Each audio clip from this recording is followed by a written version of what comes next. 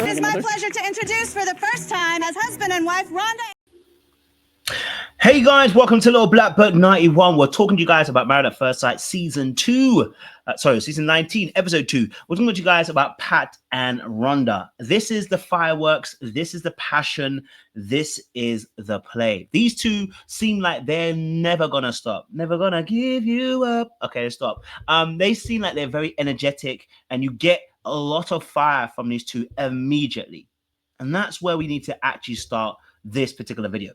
Because when we look at Pat and we look at Ronda from behind the scenes and some of their background, it's interesting that, again, once more, they didn't give us much about the man, Pat, but we give us a lot about Ronda. Ronda is somebody who has been married twice, was married for a very long time, the first marriage, and the second marriage was only 18 months, has 4 kids from the first marriage, and for her, she got married within 3 months of that first marriage. Now, of course, she was young, probably naive, and jumped into it, but it also does tell us a little bit about the fact that she jumps into things and doesn't look at the red flags, okay? And then they give us a bit of a background with her son telling us that, you know, she has a bit more of a control issue, and she explains why, because she was a single mother and she had to make all the choices and nobody else was going to support her in that space. Then we get someone like Pat, the man, and he tells us that he stays in relationships a little bit longer than maybe he needs to. He was married, and in that marriage, the love was gone, so from his perspective, and the passion was gone, and, you know, he was without sex for a very long time, but he stayed because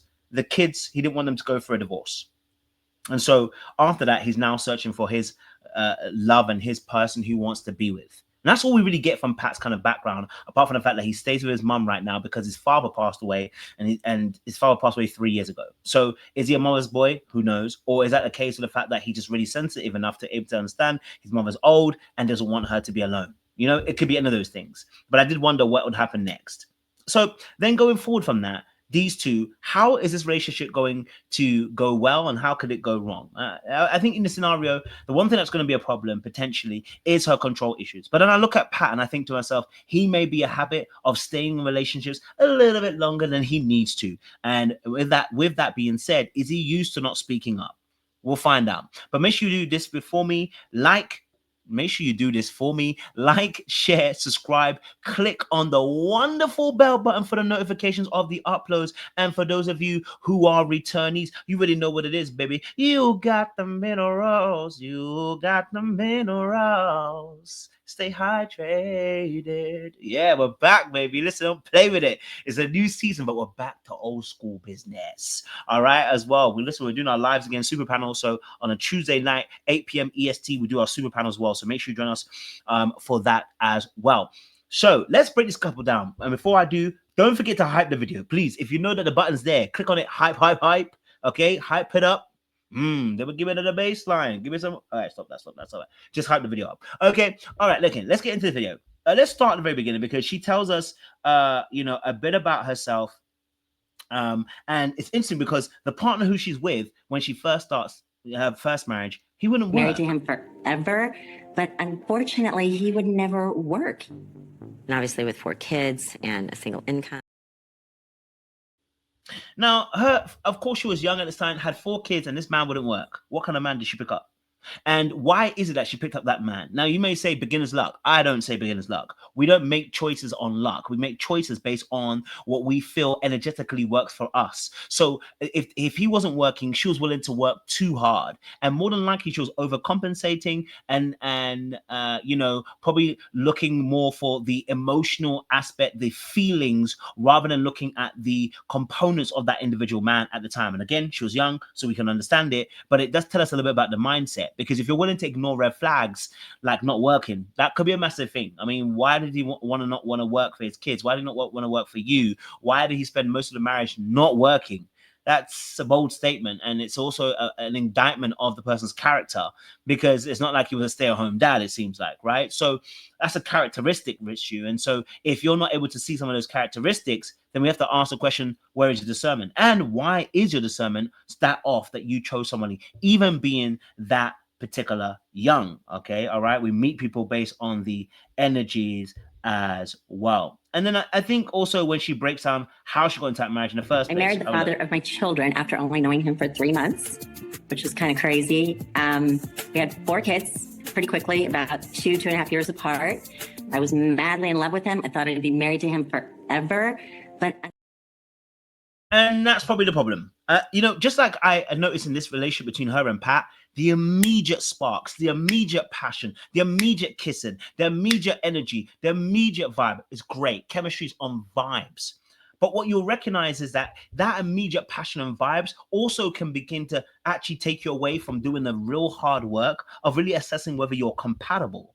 Okay. All right. Even at 63, and she's 4 years older than him, by the way. So that's going to be a pain of a aspect into it. But you know, when you're so energetic, when you're so vibrant, when you're so chemistry led, and when you allow sex also to get involved, trust me, that gonna confuse a whole bunch of things. You can miss the red flags. Let me say it again. You don't miss them, you ignore them. In most cases, people actually ignore the red flags. They want to tell you they missed it, but they didn't miss it. They ignored it. They didn't want to address it. They didn't want to stop the flow. They felt like if they did, they would be what? Abandoned, or they would be rejected. And usually those two things of a fear usually are associated with the anxious person. The anxious individual person who grows up in a household where they are they receive love inconsistently, right? And they externalize their validation through relationships. So only when they're in a relationship do they feel like they're being validated, they're feeling like they're being wanted, they're being valued, they have a self-esteem and self-worth when they're in a relationship. They're externalizing their validation. And so what ends up happening is the fear of being rejected, the fear of being abandoned oftentimes precedes the anxious person in when they're trying to choose somebody to be with. And so it can be subconsciously working on your mind. So yes, you may have been 18. Yes, you may have been 19. But what you didn't recognize is the programming has been there. And that's why you chose that man at 19 or 20 or 21 or 30, whatever. You chose him because the programming is so strong. And you followed suit. You saw a man and he spoke to your programming. And so for her, the overcompensation, the over trying to make it work and stretching yourself to be Stretch Armstrong, having 4 kids and then having to also financially provide for them too, put you in a position where you were pursuing. And many people are used to pursuing because they pursued their parents. And so it's very difficult then to change that dynamic in a relationship, even if you want something different. You want to do something different. You want something different, but your behaviors are telling us you're incongruent with what you actually want because you can only do what you've been trained to do. And until you train yourself to do something different, which usually comes through you actually practically doing something different or you having the knowledge first and foremost, the illumination, the light entering the dark spaces, which is ignorance, that allows you then to be go, oh my gosh, I've missed it. I need to change the way I'm doing things. Until then, you're going to follow the program. And so the program initiated for Rhonda is to say, you're going to miss a red flag. So yes, marry that man in 3 months. Marry that man who gave you a baby way too young and you didn't know who the hell he was. Yes. And many of us have been in that position, and you're lucky by the grace of God that you didn't fall into a baby or a marriage. You know this already. We've all been there. You met somebody after a few months and you thought they're gonna be the love of your life, and you didn't do no due diligence, no background check, no compatibility test. You didn't check to see their character, you don't care to see their behavior, and only when you're deep in the trenches that you're like, right, this will work for me. How did I get here? And then you got here because you missed all the red stop signs. Okay, and you missed it because you ignored it.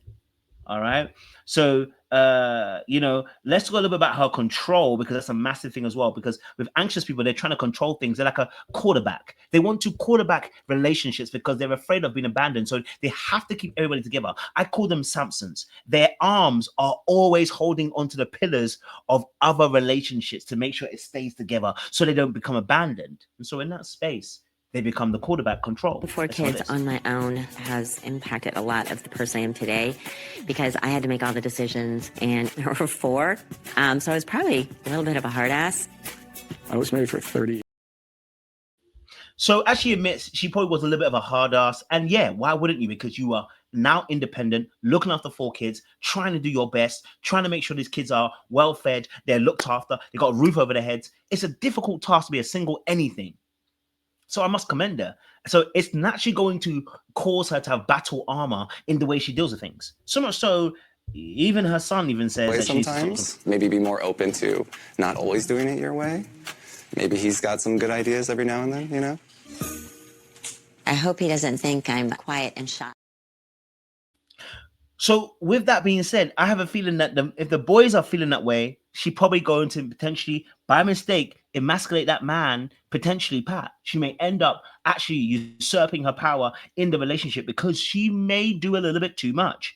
What's a little bit too much? Meaning she may do a lot more talking and a lot more directing and guiding and telling them what to do because she feels like that will be the best way to be able to micromanage somebody. That will be the best way to keep the relationship safe. She knows best. And that's going to be my way or the highway. And so that can play a role in relationships. That can come up. That can be an issue.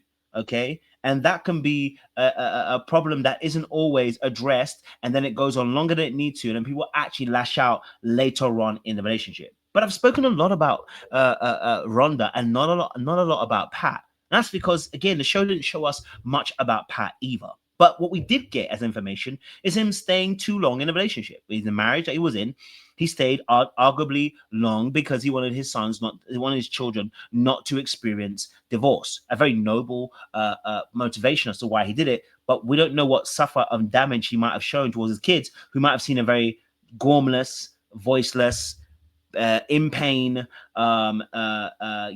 devoid father. They might have got that man. I don't know. Right. So we don't know actually how it really affected him. What we do know is that he stayed longer than he actually really wanted to, because he wanted to be able to, be able to showcase towards the to children that, listen, I'm here for you and I want to make sure that you guys have a good, stable foundation and I can divorce after. And I can understand that. Again, he wants to save the trauma that these kids will end up having. I get it again, and I'm not going to be insulting of it, but it just also tells us as well the ability to be also self-abandoning and be able to have longevity in suffering. One's great, the other might not be. Like, long suffering is good, it's part of the Bible. Okay, part of it is endurance, which comes from trials and tribulations, but also comes from love. And the other aspect is that with that space, is he somebody that holds on longer than he actually needs to? Does he stay in relationships in situations where he should be gone, but ends up staying instead of, or at least not knowing how to communicate effectively to make sure that this scenario doesn't go in a way of him being numb for a majority of the time? Okay, so we're seeing this with Pat, and I feel like with Pat and Ronda, where they may have issues is that with Pat, she may overspeak him, or she may find herself in a space where she's overruling him. But with Pat, we can also find that he may also be very quiet and not also speaking up about his actual issues. That is what I foresee probably later on. It's funny because I've watched episodes later on. What I did see later on is her actually having very good communication skills to correct him about the way that he wasn't actually paying attention to her and seeing her and paying attention to her and allowing her to speak. He kept on identifying with her pain and telling his stories upon her stories. So actually, he was the person that became the problem in the relationship. And that's why I said it's going to be intriguing to find out what his background is and what happened with his wife a bit more, ex-wife a bit more. Because the way he behaved in the later episodes shows us that he almost lacked the awareness that he was over speaking and talking too much and not necessarily connecting with her. And that at points when she was speaking, he interjected. Now, not in a rude way, but he interjected and gave his story, which then quietened her voice. But then she quite clearly, professionally let him know that, listen, he is doing that. She doesn't want to disconnect. She doesn't want to have problems. She just wants to be able to connect in the right way. And for that to happen, he needs to give her space to be able to talk. And I thought it was beautiful. And that's what you're going to see in later episodes. But just for this episode here between Pat and Ronda, I wonder if that control is going to come out later on. I wonder if her way or the highway is going to come out later on. I wonder if his ability to keep him out stuff and keep himself stumm for a while to suffer in order for other people to prosper, whether that will play a role in this relationship too, whether his long suffering will play a role in this. It's going to be interesting. But let me know your thoughts. This is something that we deal with in coaching a lot of times. We talk about how we can actually begin to heal these components about ourselves. I mean, there is a great opportunity here, right? For them to have mutual vulnerability, to redefine love in their own words, and also to get a hold of this healing narrative, okay? With her having that anxiousness and him seemingly having some level of secureness, maybe her anxiousness in needing reassurance will also begin to die down in that space. But again, this is something that we'll be dealing with in the next few episodes. So if you're new to the channel, do me a massive favor. You're liking, you're sharing, and you are subscribing to this channel. And if you haven't done so, I don't know why you've been an op. Join the memberships, £1, $1. And we want you guys to be able to to appreciate the content we are putting out there for you guys as well. Okay, all right. Don't forget to hype the video up, and we're going to see you again very soon for another enthralling conversation. Much love.